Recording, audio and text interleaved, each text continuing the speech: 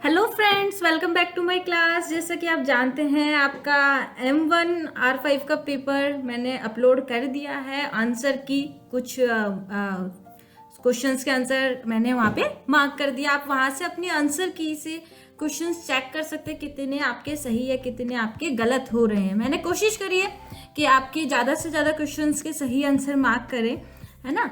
और उसमें मेरे से एक मिस्टेक हो गई थी कि मैंने IoT का जैसा कि बोला था कि IoT की फुल फॉर्म होती है इंटरनेट ऑफ थिंग्स, और उसका ऑप्शन मुझे D मार्क करना था, बट मैंने वहाँ पे मैच दी फॉलोइंग्स में G लिख दिया। उसके लिए सॉरी, बट उसका आंसर आपका क्या होगा, D ही होगा। तो आज हम हमारा जो सेकंड मॉडल जिसका पेपर हुआ था, web designing and publishing, model 2 आपका था, M2 R5 है, उसके आंसर की आप लोगों के लिए प्रोवाइड करवाने की कोशिश कर रही हूँ। आई होप आप लोगों के अच्छे से मार्क्स आए होंगे, आप लोगों ने अच्छा सा पेपर करके आए होंगे, क्योंकि पेपर काफ़ी सिंपल था अगर आपने क्लासेस अटेंड करी होंगी रेगुलर। ठीक है, तो चलिए देखते हैं हमारा कौन कौन सा ऑप्शन आता है। सबसे पहला जो हमारा क्वेश्चन आता है, टैग का यूज पैराग्राफ के स्टार्टिंग में, पैराग्राफ के बिगनिंग के लिए हम चिन्हित करते हैं। पैराग्राफ बनाने के लिए हम किसका यूज करते हैं, यहाँ पे P टैग का यूज करते हैं। ठीक है, तो आई होप आप लोगों का सभी ने यही आंसर मार्क करा होगा। सेकंड क्वेश्चन आता है कि वृहद शीर्षक के लिए यानी लार्जेस्ट हेडिंग के लिए हम किसका यूज करते हैं, तो यहाँ पे हमारा हो जाएगा H1। जैसा कि स्टार्टिंग में आपने HTML की क्लासेस ली होगी तो आपने देखा होगा कि हमने हेडिंग्स का काफी यूज करा है H1 से लेके H6 तक। ठीक है, तो ये आपका हेडिंग आंसर हो जाएगा। निम्नलिखित में से कौन सा एक कंटेनर है, यहाँ पे आपका ऑप्शन हो जाएगा ऑप्शन D, सेलेक्ट और बॉडी दोनों आपके यहाँ पे आंसर हो जाएंगे। नेक्स्ट पेज पे चलते हैं। The attribute which defines the relationship between current document and href URL is, आपके जो करंट डॉक्यूमेंट है और URL में रिलेशनशिप कौन सा टैग आपको प्रोवाइड करवाता है, तो यहाँ पे आपका आंसर हो जाएगा option number A, REL। DD tag को हमारे वेब पेज की एकल पंक्ति को शामिल करने के लिए तैयार किया गया है, लेकिन DD टैग एक डैश को स्वीकार करेगा। किसको करेगा, आपके फुल पैराग्राफ होगा उसको ये एक्सेप्ट करता है। ठीक है, तो यहाँ पे आपका आंसर हो जाएगा आंसर B। कैरेक्टर कोडीकरण क्या है, a system that consist of a code which pairs each characters with a pattern sequence of neutral numbers और electrical pulse in order to transmit the data. यहाँ पे आपका आंसर हो जाएगा answer number option number C। Next 1.7 बहुत ही simple question, जैसा कि मैंने मेरी क्लासेस में आपको बोला भी होगा कि ये क्वेश्चन आ भी सकता है और आ भी गया। HTML की फुल फॉर्म हो जाएगी आपकी हाइपर टेक्स्ट मार्कअप लैंग्वेज। तो यहाँ पे आपका आंसर क्या हो जाएगा, आंसर B आपका यहाँ पे सही हो जाएगा। बेस URL को स्थापित करने के लिए एक बेहतर अप्रोच है, तो वो कौन सा है, आपका बेस एलिमेंट आपका इसमें यूज में लिया जाता है।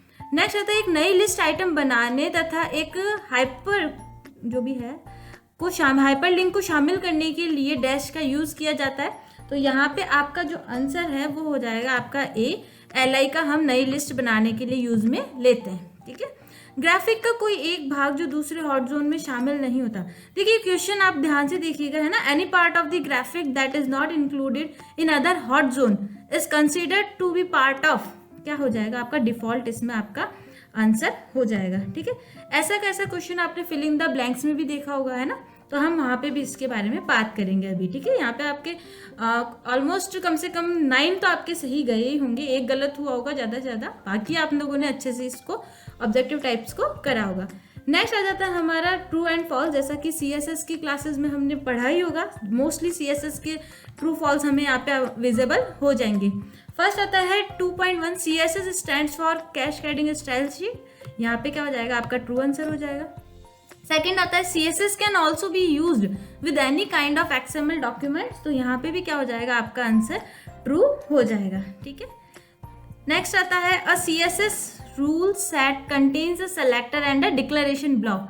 आप सभी जानते हैं क्लासेस में हमने इसके बारे में बताया था, CSS रूल्स में क्या क्या होता है, सेलेक्टर्स एंड डिक्लेरेशन होते हैं, तो यहाँ पे भी क्या हो जाएगा आपका आंसर ट्रू हो जाएगा। 2.4 CSS element selector is type of selectors in CSS, तो ये क्या हो जाएगा आपका ट्रू हो जाएगा। ठीक है, next 2.5 the universal selector is never used as a wild card character, तो यहाँ पे आपका आंसर हो जाएगा फॉल्स। यूनिवर्सल सेलेक्टर का कैसे यूज करते हैं, हमें कहाँ यूज करते हैं, हमें पता है, ठीक है। The grouping selector is used to select all the elements with the different style definitions. तो यहाँ पे क्या हो जाएगा, डिफरेंट का यूज नहीं करने के लिए ग्रुप का हम एक के लिए यूज करना चाहते हैं ना, कि एक ही स्टाइल यूज होए, तो उसके लिए हमारा 2.6 का आंसर क्या हो जाएगा, फॉल्स हो जाएगा। डिफरेंट नहीं, हम एक के लिए ही ग्रुपिंग का यूज करते हैं, ग्रुपिंग सेलेक्टर का। नेक्स्ट आता है 2.7, ID selector selects the ID attribute of an HTML element to select a specific element. तो यहाँ पे क्या हो जाएगा, आपका आंसर ट्रू हो जाएगा, ठीक है। नेक्स्ट आता है inline CSS is used to apply CSS on multiple lines or elements। देखिए इनलाइन CSS का हम मल्टीपल लाइंस के लिए कर सकते हैं यूज, है ना, केवल एक लाइन के लिए नहीं। जैसे मान लीजिए आप इसमें बोल रहे इनलाइन CSS का थोड़ा सा यहाँ पे डाउट है, क्योंकि देखिए अगर हम अलग अलग लाइंस पे इनलाइन CSS का यूज करते हैं तो उस लाइन पर अप्लाई हो जाएगा, है ना। एक साथ तो हम कर नहीं सकते कि एक ही लाइन में लिख दें और सभी पर अप्लाई कर दें। तो अभी तो इसका आंसर हम क्या कर लेते हैं, ट्रू कर लेते हैं, बाकी इसमें थोड़ा डाउट है। Inline CSS is used to apply CSS on multiple lines और एलिमेंट्स, ठीक है। क्वेश्चन भी देखिए अलग है, हम जानते हैं इनलाइन हम लाइन के लिए करते हैं, बट यहाँ पे ये बोल रहा है कि अभी मल्टीपल लाइंस के लिए करना है। तो अगर हम अलग अलग लाइंस के लिए भी इनलाइन CSS की फॉर्मेटिंग का यूज करते हैं, स्टाइल का यूज करते हैं, तो वो भी हो ही जाएगा। तो इसको अभी क्या कर लेते हैं, हम एकदम ट्रू कर लेते हैं, फिर हम इसका देखते हैं बाद में क्या हमारा रिजल्ट रहता है ना, वैसे अभी ट्रू कर लेते हैं। नेक्स्ट आता है the internal style sheet is used to add multiple styles for more than one document. जो आपकी इंटरनल स्टाइल शीट होती है वो एक से ज़्यादा डॉक्यूमेंट्स पर स्टाइल देने के लिए हम यूज़ कर सकते हैं। तो 2.9 का आपका आंसर हो जाएगा ट्रू, ठीक है। नेक्स्ट आता है the external style sheet facilities one two change the look of the entire website by changing just one file. तो यहाँ आपका एब्सोल्युटली ट्रू हो जाएगा। एक्सटर्नल स्टाइल शीट आप जानते ही हैं, तो यहाँ पे हमारे फॉल्स हो रहे हैं 3, ठीक है। एक सेकेंड, 1 2 और इसको हम देखिए, चलिए यहाँ पे इसको क्या कर देते हैं, हम फॉल्स कर देते हैं ना अभी, क्योंकि inline CSS is used to apply CSS on multiple lines. Multiple lines के लिए नहीं करते हम, इसका किसके लिए करते हैं, सिंगल लाइंस के लिए ही करते हैं ना। तो अभी हम इसको फॉल्स कर देते हैं, ठीक है, क्योंकि एक लाइन पर अगर आप फॉर्मेटिंग करना चाहते हैं तो आप एक ही बार इनलाइन लिखेंगे, एक लाइन में लिखने पर पूरी लाइंस पर तो होगा नहीं, तो इसको हम फॉल्स कर देते हैं अभी, ठीक है। तो यहाँ पे हो गए हमारे फर्स्ट में ट्रू, 2.5 में हमारा फॉल्स हो गया, 2.6 में हमारा फॉल्स एंड 2.8 में हमारा फॉल्स हो गया। बाकी हमने अच्छे से देख ही लिए हैं। आगे बढ़ते हैं, हमारा मैच दी फॉलोइंग्स, ये भी काफ़ी सिंपल आया था हमारा। जैसे H1, जैसा कि आप जानते हैं सिंपल सा, H1 से लेके S6 क्या है हमारी हेडिंग्स है, तो यहाँ पे क्या हो जाएगा, B आ जाएगा। एक्सटर्नल जावा स्क्रिप्ट फाइल, ठीक है, किससे सेव होती है आपकी, .js एक्सटेंशन होती है, तो यहाँ पे क्या हो जाएगा, आपका A आ जाएगा।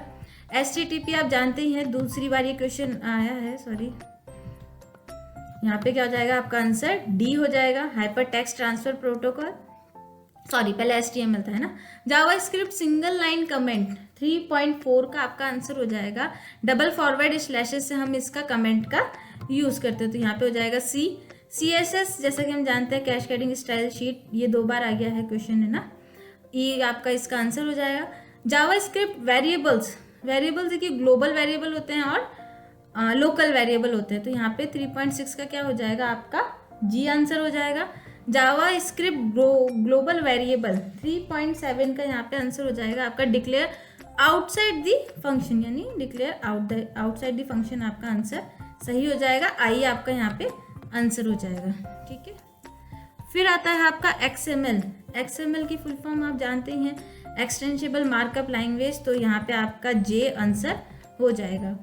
जावा स्क्रिप्ट 3.9 का हमारा हो जाएगा, सभी जानते हैं डायनेमिक टाइप लैंग्वेज है, तो यहाँ पे F हो जाएगा, ठीक है, F इसका आंसर हो जाएगा। नेक्स्ट आता है JavaScript switch statement to execute one code from multiple expression, तो यहाँ पे आंसर हो जाएगा H, ठीक है। तो आई होप आपके इसमें भी काफ़ी अच्छे गए होंगे, काफ़ी सिंपल आपके मैच दी फॉलोइंग्स आए थे। नेक्स्ट आता है हमारा फिल इन द ब्लैंक्स। सबसे पहला आ रहा है हमारा 4.1, किस टैग का यूज़ हम ऑर्डर लिस्ट के लिए करते हैं, सिंपल, बहुत सिंपल, F का यूज़ करते हैं, यानी OL लिस्ट का यूज़ करते हैं। Main container for TR TD TH ये जानते हैं सभी, टेबल के लिए हम इसका यूज़ करते हैं, तो यहाँ पे क्या हो जाएगा, B आ जाएगा। The text inside the text area tag works like, तो हम यहाँ पे इनपुट इसका आंसर मार्क कर देते हैं, ठीक है। एम आपका ऑप्शन यहाँ पे करेक्ट हो जाएगा। Base tag is design to appear only between, base tag किसमें होता है, आपका हेड में इसका यूज किया जाता है। In HTML we have 6 headings, tag for writing headings, तो यहाँ पे आपका आंसर हो जाएगा H, ठीक है। तो ये H यहाँ पे आंसर हो गया। देखिए मैंने आपको बताया था any part of the graphic that is not included in another hot zone is considered to be a part. अभी हमने स्टार्टिंग में इसका डिफॉल्ट आंसर मार्क करा था, बट यहाँ पे डिफॉल्ट का आपका ऑप्शन नहीं मिल रहा है, तो अभी क्या करते हैं, हम इसको स्किप करते हैं, आगे का देख लेते हैं, ठीक है। The tag which allows you to rest other HTML tags within the description is 4.7 का यहाँ पे हो जाएगा बॉडी, L कर देते हैं हम, यहाँ पे बॉडी के अंदर ही हम और भी एलिमेंट्स HTML टैग्स ऐड कर सकते हैं ना। नेक्स्ट आता है हमारा आता है यहाँ पे the word document node, node list, element, node etcetera are. 4.8 का हमारा यहाँ पे कर देते हैं हम, D कर देते हैं इंटरफेसेस। नेक्स्ट आता है हमारा DTDs are ways to create templates for out does type, यहाँ पे आपका आंसर हो जाएगा E, ठीक है। तो ये हो गया आपका E। लास्ट आता है आपका the mime text file is saved with, तो यहाँ पे 4.10 का हो जाएगा आपका G HTML एक्सटेंशन, ठीक है। तो ये हमारा M2 R5 का पेपर हमने आंसर की बनाने की कोशिश करी है। ऑलमोस्ट ज़्यादा से ज़्यादा क्वेश्चन इसमें सही करने की मैंने कोशिश करी है। ये 4.6 का यहाँ पे ऑप्शन नहीं है, तो या तो आपको इसका प्लस पॉइंट मिलेगा या फिर जो भी नाइलेट डिसाइड करती है उसको देखते हैं हम, ठीक है। तो तब तक आप बाकी के रिमेनिंग्स के थ्रू अपने आंसर मैच करें, और जो भी आपका स्कोर आए इस आंसर की के थ्रू, तो वो मुझे कमेंट बॉक्स में बताएं कि आपका स्कोर क्या रहता है, ठीक है, ताकि हमें भी आइडिया हो कि हाँ आपने वीडियोस के थ्रू अपने आंसर की, अपने क्वेश्चन पेपर को मैच करने की कोशिश करिए। तो मिलते हैं फ्रेंड्स नेक्स्ट क्लास में, तब तक के लिए goodbye, take care and सीखते रहिए। और लास्ट में thank you for watching my video, thank you once again.